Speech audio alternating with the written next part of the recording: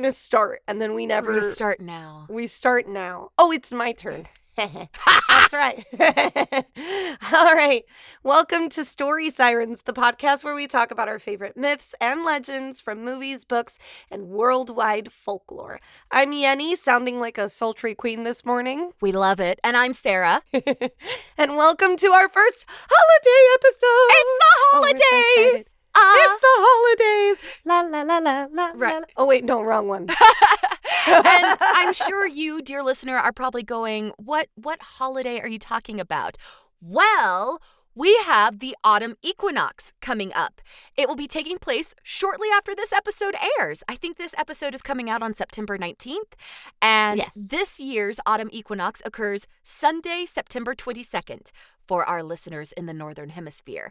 For our listeners in the Southern Hemisphere, it's going to be March 20th of 2025. And this is where I kind of got like a little bit confused. Okay. What do you mean by equinox? Because I thought everything was solstices. I did too until I started doing homework.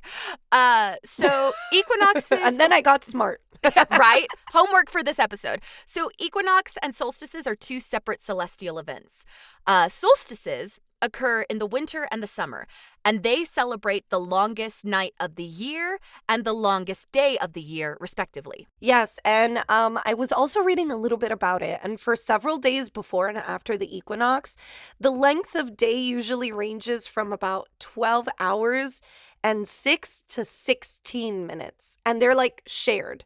Right. So it's night and day. Yeah, so that's for the equinox. So for the solstice, the day is longer in the summer, or it's the longest day of the year in the summer and the longest night of the year in the winter.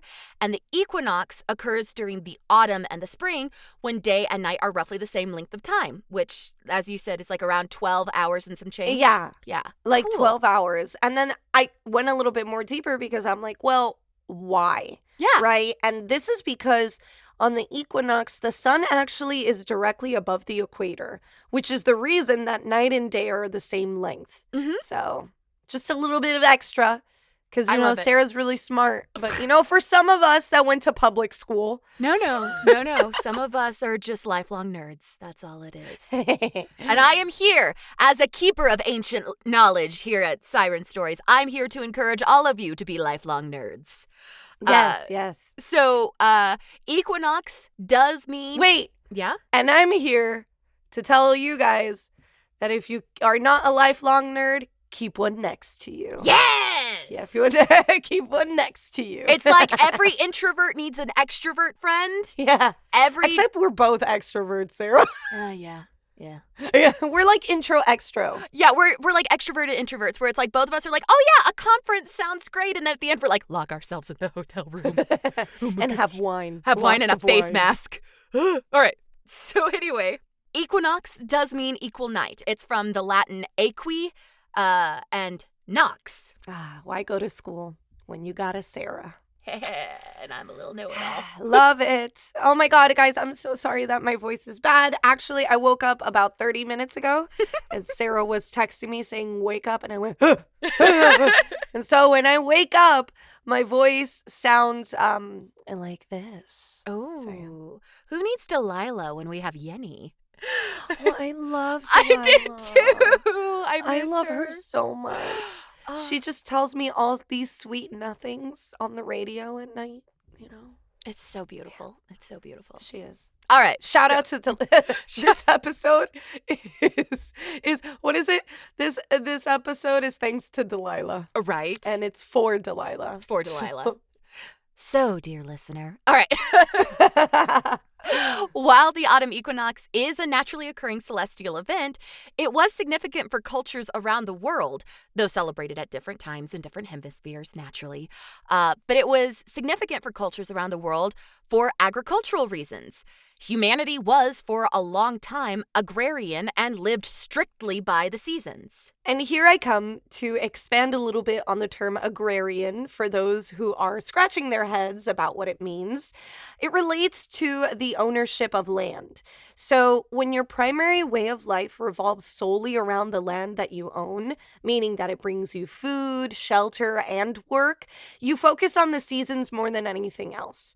In fact, agrarianism has somewhat grown again as more people have become intrigued with family farming. You can literally just search up on your favorite social media, you can search up homesteading and you'll find thousands starting to grow and produce their own food. So it seems like it's coming back. It really which is kind of cool. It's very cool. We have several friends here Yeah. who keep their own chickens. And as our My sister does too. Yeah, and as our garden starts producing more, if we don't buy the eggs from our friends, we'll trade them stuff from our garden for the eggs. And heck, even Jared's like, Yeah. "Hey, Sarah, when our garden produces more, can we start canning?" I'm like, "You are so cute. Yes, we can start canning." Oh. Yeah, I wanna get a chicken. Alex said no. Again, our backyard is very tiny, so probably in our next home, he will allow me to have the chicken. I also am okay with it because when the chicken comes of age, my stepdad makes the best soy sauce chicken. All right. Oh, So, I love it. yeah. I love it. yeah. By that time, if I live next to you, you're gonna start learning party. Cantonese. Yes! So. Yes! Oh, it's going to be brilliant. It's going to be brilliant. Okay. All right, Sarah, continue. I'm sorry. I'm done with my portion. Oh, you're good. You're good. Okay, so with the equinoxes, spring brings new life and growth, a return to warm climates, the shedding of coats, and playing outside, my favorite thing. Autumn brings introspection and the gathering of what we have harvested through the year as we tend our fires to keep our houses warm as the temperatures drop. It is a season of reflection and gratitude as we move into the darker half of the year. This is all unless you live in Miami, which is summer year-round, and it's like the devil's pit every time. Mm-hmm. And like the closest thing to cool temperature you get in Miami is like 65 degrees. And that at makes 70, you cold. Yeah, at 70, people are wearing Uggs. So it's like a cute. real I love thing. It. I love it. All right, so for the ancient Greeks, the autumn equinox is closely related to the capture of the goddess Persephone by Hades and Persephone's subsequent return to the underworld each year. Each year during Persephone's time in the underworld, her mother Demeter refused to use her powers to help plants grow, resulting in the dying of plants during the winter. However, as Demeter is the goddess who taught humanity how to cultivate the land in Greek mythology, she does give humanity enough time to gather in their harvest before cutting off life to the plants. She's so thoughtful. Right. So thoughtful. And so even though she is grieving the absence of her daughter, she cannot fully turn her back on mankind. Speaking of Persephone and Hades, can we just shamelessly plug in Lore Olympus by Rachel Smythe? Like, please. It's a masterpiece. I love it. I think you read it too, right, Sarah? Yeah, I never finished it, but I remember I was like subscribed to it when it was first coming out, and I was like, oh my gosh. Yeah.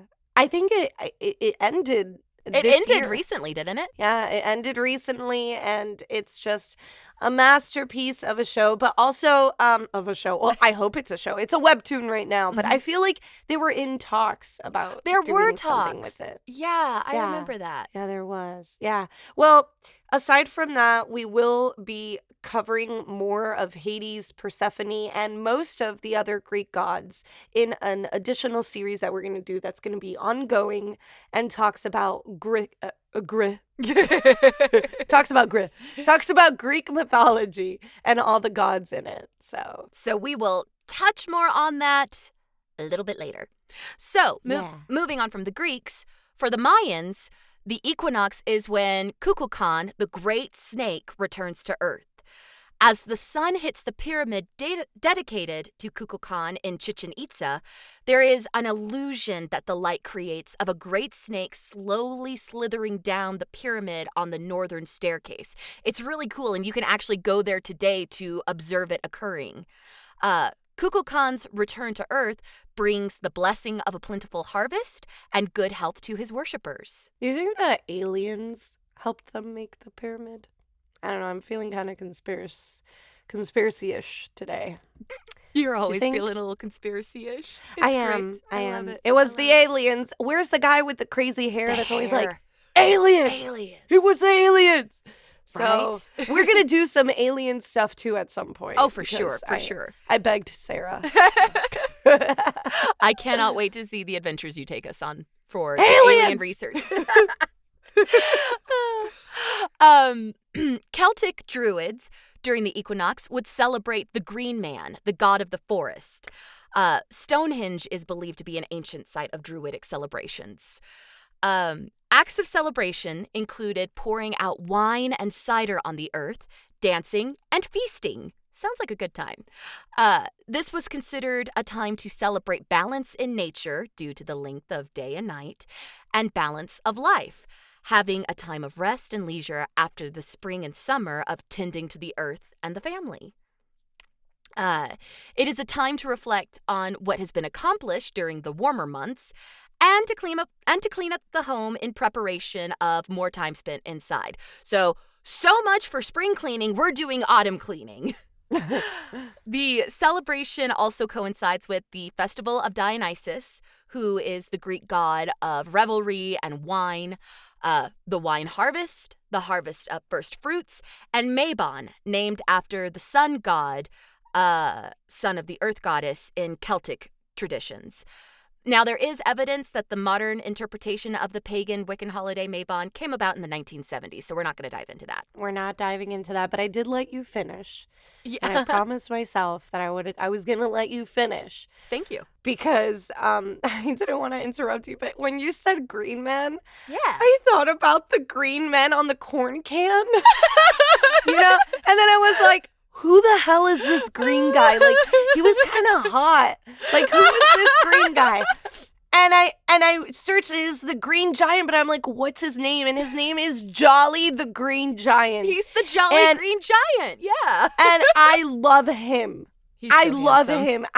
You know what it is that, like, so I think of him and I think of corn. So this works out. But wow, great marketing from the corn people. And I think they do green beans too. I think his whole thing is that he's like a green bean. They do vegetables. They do vegetables. Yeah, but corn. Corn is the one that I care about. Specifically corn. No, it's so he's hot. You know, I am certain that somewhere in the internet there's a hot picture of the Jolly Green Giant. I really don't think you're going to have to, like, put too much on that bet. I feel like that's an easy bet to win. Oh, my gosh. So, in English mythology, John Barleycorn would be celebrated during the autumn equinox. Dadgummit!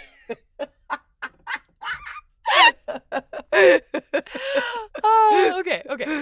John Barleycorn, hush Yenny, would be celebrated during the autumn equinox as he was the personification of barley and the barley harvesting process, which of course provided beer and whiskey during the cold months.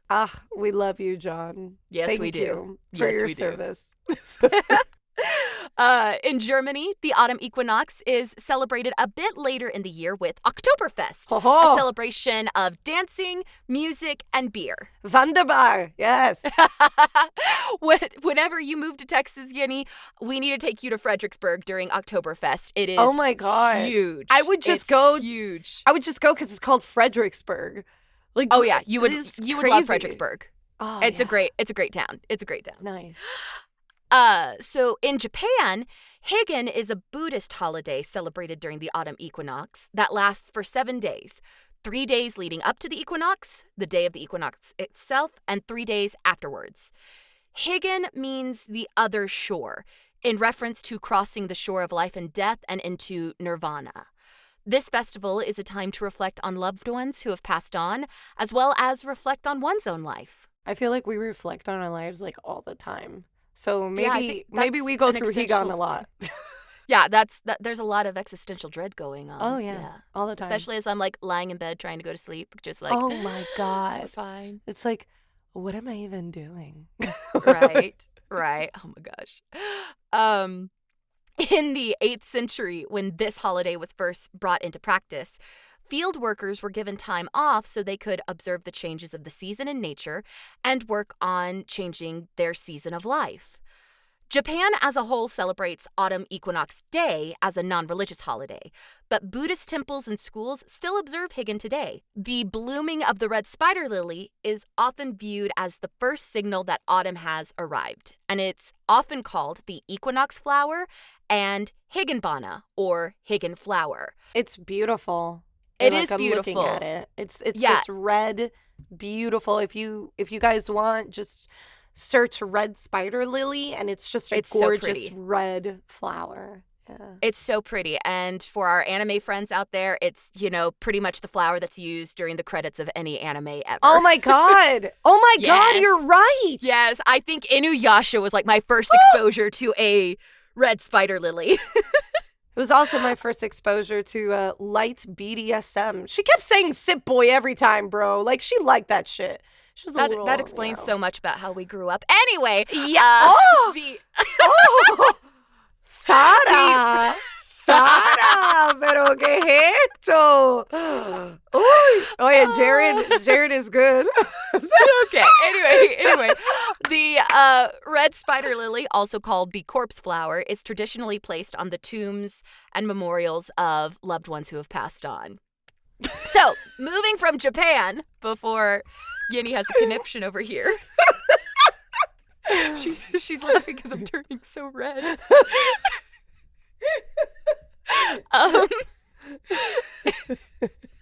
We might have to edit some of that. No, I'm not editing any of this. No. This is pure gold right here. Okay. All right. So, in China. In China. Yeni, you're about to be on deck here. Hold on. In China, the autumnal equinox is celebrated with mooncakes for the moon goddess, Chang'e. Families gather to celebrate the Harvest Moon Festival, also known as the Lantern Festival and Mid-Autumn Festival, when the moon is considered to be at its fullest. People celebrate the reaping of rice and wheat, and celebration of plenty and of family is at the heart of these festivals. Yes, and I'm actually going to take over real quick to talk a bit more about it, as I've been honored to celebrate this with my partner's family, and they're my family now. So, the Mid-Autumn Festival, or known in Cantonese as Jung Chao Jit, I think that's how we said it, Jung Chao Jit.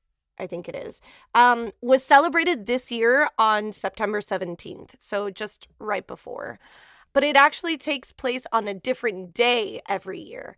So this particularly happens because it's based on the Chinese lunisolar calendar. Oh. So every time that my in-laws get their calendar for the year, it's always marked at like a different month. And it's or is it a different month, or is it just a different day? No, it's a different month. So wow. for 2025, okay, cool. Real quick, Mid-Autumn Festival 2025. Next year, it's gonna be on October 6th. Yeah, weird. Okay, that's cool. That's cool. So, and this is all based on the lunisolar calendar. So this festival is well over 2,000 years old and was said to have first appeared in the Zhou dynasty, which is roughly 1045 to 221 BCE. This is a story. Some people, like, if you go online, they'll be like, no, it's actually only, it was well over 1,000 years old or well over 3,000. But I'm just going to stick to the one that my family knows. So during this time, people worshipped the moon to give thanks for the harvest and encourage for the harvest to come back the next year. And the reason why they worshipped the moon was because the lunar phases always provided guidance to farmers. And so they believed that worshipping the moon would consequently mean good harvest, And it's fair. At that time, that's what they thought. While there are several different ways of celebrating, particularly my family gets together for dinner and then we eat mooncakes for dessert, which represent love and best wishes, which is very cute. Also, mooncakes are delish, and we usually do hot pot depending on how cold it is outside. So sometimes we'll do hot pot if it's like a cooler temperature, which if you guys remember is like 70 degrees. But if not hot pot, we do my father-in-law, I call him dad. My dad will make fish, pork, chicken. Side note, duck. her father-in-law is also like an amazing chef. Yes, so. he's a dim sum chef. He's awesome. Oh, Yeah. So he makes like everything, and then we always have mushrooms. Like it's a specific type of mushroom, and the whole point of it is that during very specific seasons or specific holidays, we'll eat mushrooms because mushrooms is like wealth, if I'm not mistaken. Okay. I believe so. So I think my mother-in-law explained it like mushroom means like an abundance of wealth. I do love a mushroom. The reason that we also have mushrooms, and there's like a symbolism in this, and it was that Chinese emperors often were depicted holding the reishi mushroom, which shows how revered they are in Chinese culture, because if ingested, it could give you immortality. So there's like a whole, like a lot of like wealth and prosperity, abundance. Those are like the main things that we celebrate in our family. And there's a lot of symbolism behind all the food, right? All that's of it. served, All the food has symbolism. I think that's for like another day because there's just so much. But it's a wonderful time, and it's very, very cute and yummy. So yeah. That's really cool. Yeah. I like that. I'm gonna have to come visit during you the should. Mid-Autumn Festival. My father-in-law would love to feed you guys. Yes. That's his favorite. That is what my Jared and I love in-laws to eat. like to do. They like to cook for everybody. So as an aside, there is a part of me that I feel like I just need to like contact Alex and be like, are we related somehow? Because I know like anytime I'm like getting ready for a party, like Jared always gives me a hard time because like I make so much food. I'm like, nobody is leaving here hungry. Nobody. You're gonna make like, all no, the no. food. I'm like, I see I will the make everybody. resemblance. Yeah. Alex does too. Yeah. All right. So, oh man. So that's really cool. That is really cool. Yeah. And I think we should dive into more of the moon goddess in an episode someday. So, all right. During the French Revolution, 1789 to 1799, a new yearly calendar was introduced where the new year would begin at midnight on the autumn equinox. This calendar went into effect in 1793, and the French followed it until Napoleon Bonaparte abolished it in 1806 during his reign as Emperor of France. This part just makes me like scratch my head too, because I'm like, out of all the things that he could do, and he did, this being an integral part of his reign just boggles my mind. Like, why? Well, what was the reason? Why couldn't you leave it? What was wrong with it? In all honesty, I think he thought it was silly. He was like, no, this is ridiculous. Probably. Yeah. I don't care. For the Cherokee people of North America, Selu is the goddess of harvests, weather, and fertility. She is considered the first woman in Cherokee mythology, and legend says that she planted her heart in the earth, which resulted in corn growing so that her people would never go hungry. And thanks to her, the Jolly Green Giant was born. That I can't listen to anytime someone says corn, I'm just gonna go for it. Oh my gosh. Oh my gosh. I love it. I love it. You love it, but you're like, Yenny. Yenny, please. Hey, this But I can't. This is why we have such a good dynamic back and forth dynamic on this show. Oh my God. It's what? Corn. It's got the juice. Dude. Just when I'd forgotten that trend. It's got okay. the juice. Oh, sorry. Oh my gosh. All right, let's go with Rome. Come on. Okay.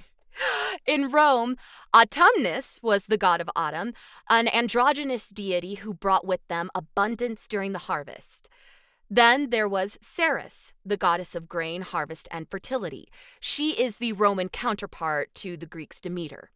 In both Roman and Greek mythologies, she is who taught humanity how to cultivate the land. So there are lots of symbols associated with the autumn equinox, including cornucopias, also known as horns of plenty, pumpkins, moons, specifically the harvest moon that occurs during September, as it provided light while early farmers worked late into the evening to bring in their crops, apples, pomegranates, grapes, wine, oak trees, and acorns. Can I go on a tangent real quick? Is there anything I can say to stop you? No. So Can I just add that I am a huge sucker for the Harvest Moon games, and every time I see the Harvest Moon thing, I get so upset because the company Natsume that made the games before, they changed, and so they had to like the new people that got the Harvest Moon game changed the name to like Story of Seasons. I was like, it's a harvesting game, okay? Forget the seasons. I understand that the seasons are a big part of it, but that's not the point. Let me milk my cow. Let me fall in love with a random NPC, and just give me my Harvest Moon back. And then the storylines got worse. Like, oh my god, the gameplay got worse. But anyways, real quick too, for any Harvest Moon fans, my favorite Harvest Moon game was Animal Parade, and I will fight for this. So please tell me, what was your favorite Harvest Moon game? And thanks, Sarah, for dealing with this. I'm assuming you didn't play the game. No, I didn't. Wow, but Sarah, this was fascinating to listen to. Wow. Yeah. Wow. Anyhow. What can I say? Sheltered child. It's why I'm It's a harvesting game. Your parents are farmers. Well, your mom is a cattle ranchers. Wait, what is the difference? Ranchers are with animals? Yes, ranchers deal with livestock, generally ranchers deal with cattle, generally speaking. You can be a rancher of other animals, but it is primarily cattle. And then farmers tend to be agricultural, and they will have classic farm animals like chickens, goats, stuff like that. So you could be a penguin rancher. You could. Oh my god. I have a new calling. Did we just figure out what our retirement job is going to be? Penguin ranching. Like Club Penguin all over again. Oh my god. Oh my gosh. Okay. All right, keep going. Hey, this is a perfect segue, because when we become penguin ranchers, we can see the northern lights, which are best viewed during the autumn and spring equinox. I love it. So, and the reason the northern lights are best viewed during the equinoxes is thanks to the increased strength of geomagnetic storms. I'll go into this a little bit more. So, yes. Not that this is that mythological, but I think this is really cool. The sun shoots out charged particles towards Earth, and the Earth's magnetic field deflects those charged particles, thus redirecting them. And also, some particles will get stuck in the magnetic field, strongest at the North and South poles. So that's why we see the northern lights at the North and South poles primarily. When the charged particles and the magnetic field / atmospheric particles of Earth collide, they make a flash. And the wavy form we see in the aurora borealis / aurora australis is the flash bending around the lines of force of Earth's magnetic field. Yay, science! We love science. Oh my god, I had a science teacher named Mr. Jones. I don't know what type of teaching he did, but he was really cool. And that's all I remember, Mr. Jones' science class, where, like, if you did something bad, he would make you, like, copy a chapter of the textbook. But people wouldn't even, like, write. They would just, like, scribble on and make it look like we were writing it, and he didn't care. Oh, man. He was super old, so he couldn't see well. And I feel like... And he's like, all I want to do is go back to Barbados and live my life. And I hope he did. I always remember him because he was so sweet to me. Aww, but he was always like, sweet man. Yanni, you're going to have to write a chapter of the textbook. I'm like, damn it. He's like, stop talking. I'm like, I can't. It's the ADHD, dude. It is. All right. So in our busy modern day lives, where few of us live an agriculture-centered lifestyle. Like Miami. Right. How can we observe the autumn equinox and apply it to our lives? I know I've given this lecture to all of my friends, Yenny included, but one thing we can do to live by the seasons is to eat seasonally. Please, and with seasoning. Amen. With seasoning. With seasoning. Yes. Look up what grows in your area around the year and do your grocery shopping based on what you find. It is soup season after all. So be like reasoned and drink that soupy that Farrah made you, because that's some good soup. That soup leads to marriage. Oh, Oh, you know what? I'm not going to make Sarah red again. I did it once. I did it once today. But yeah, and remember all the food that was associated with the autumn equinox? It's delicious and sustainable. And now, of course, dependent upon where you are, what is available changes. But eating seasonally with what is available in your area is one way to celebrate the autumn equinox. Another way to celebrate, go outside and enjoy nature. The days are getting shorter, and most of us are already suffering from a vitamin D deficiency. So get some sun to boost your mood, and if you live in an area where the foliage changes, go and enjoy the natural art show. Dude, you wrote this, and I was like, she must be like in my head, because we actually went to the doctor's office and we're like deficient in vitamin D. So we're both taking like vitamin D supplements. And it's like K3 or K3. D3. Yeah, K3, D2, something like that. I don't know. Yeah. It's like a package like that. Dude. Most Americans are deficient in vitamin D because most of us are working indoors and everything. And so go outside. Some of us are deficient in the vitamin, but the other type of D we're good in. So I feel like we'll be fine. We're cutting. What? It was. I had to. Okay, I had to. Jesus. Don't get mad at me. I'm not mad. I'm going to continue with my little rant about how we can live by the seasons. Yeah. My final point is, of course, as we enter the autumn season, embrace the basic. Decorate with pumpkins. Bring out the fuzzy socks. Light some candles. Maybe even make your own candles. That's actually very fun. Bake apples with cinnamon and cloves. Order that pumpkin spice latte. The pumpkin spice! Yes! And as the days get shorter and the nights grow longer, spend time with loved ones and take a moment to appreciate what you have. Oh, we love Mama Sarah reminding us to just enjoy everything around us. Hey, but also really quick, random fact today. Saturn has equinoxes too, which I found. Of course it does. I was like, that's it. I'm moving to Saturn. But unfortunately, well, not unfortunately, but apparently, not apparently, because it's factual. I don't even know what I'm saying anymore. What are you saying? I don't know. It's that vitamin D deficiency, obviously. But since it takes about 30 years for Saturn to make its trip around the sun, equinoxes only happen every 15 years. So that means that every 15 years, it's a party, bro. It's a party in Saturn. It's a party. For like an entire year. For an entire year, yes. That's Anywho, we are ending it today with our siren call. So, ooh, siren call. Yes, a good thing that you said siren call. So funny enough, you're probably going to hear in the next episode or so, we're going to be like, oh, we're introducing the siren call.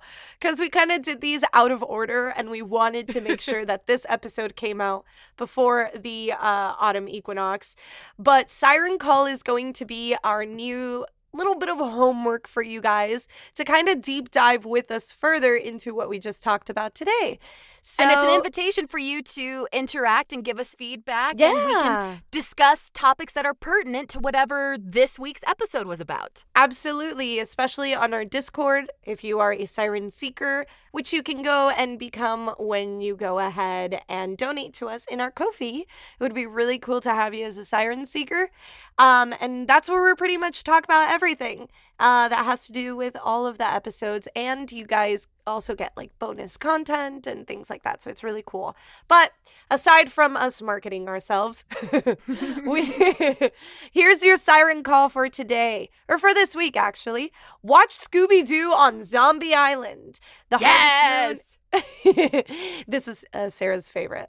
So the Harvest Moon is central to the plot of the film, so it's the perfect movie to watch with a soft blanket and a Michelob Ultra or a glass of wine or even whiskey, thanks to John Barleycorn. Thank you, John Barleycorn. The Green Giant's cousin. They're all related. They're all related. And if you want something a little more serious, even though Yinny and I both agree that Scooby-Doo on Zombie Island is terrifying. It really was. Yeah. The Dead Poets Society is dripping with autumnal aesthetics and is a movie that will definitely leave you feeling reflective. And we love Robin Williams. We miss him so much. That was one of my like life goals. It was to be able to work on a project with him. I met him with Mrs. Doubtfire when I watched it in 7th grade. No, I lie. Yeah, 7th grade when home economics was still like a course. Yeah. And yeah. It was really sad. I love it. Yeah, it was great. So on a little bit of a lighter note. Okay, this episode is for Delilah and Robin Williams. Robin Williams, yes. If you're a music lover, while there are lots of playlists dedicated to the autumn season, it would be a crime not to mention the classic Neil Young song, Harvest Moon. Okay, I don't know what that is. What is it? Oh, it's this great little like folk love song. It's very sing pretty. A piece of it? Do do do do do do do do do do do do do do. I'm not gonna go into copyright infringement for this. Wow. This is how I can really tell nice. I'm from Miami and you're from Texas. What do you mean? Because I have no idea what that song is. I'll send you a link. It's an old song. My father was older. I grew up with a lot of good classic music. Oh, I have classic music, okay? I listen to Selena. All right, anywho. Amen. Amen! So let us know. I love that I say classic is Selena. Selena's not classic. Well, it is classic, but there's She's a type older. of classic. Yeah, but there's like she's older classic, songs. not classic call. Yeah, classic. Yeah, well. Anyways, let us know your favorite autumnal. Is it autumnal? Yeah, you're good. Autumnal. All right, English, not my first language. Let us know what your favorite autumnal traditions include, and we look forward to seeing you next time, guys. Thanks for hanging out with us. Bye. Bye. Thanks for listening to Story Sirens. You can follow me, Yenny, on Instagram at YennyAnn, and also Sarah on Instagram at Sarah Ruth Voice. Want to support us? Buy us a cup of coffee on Ko-fi by searching ko-fi.com/storysirens. We've got lots of treats for those who become siren seekers. See you soon.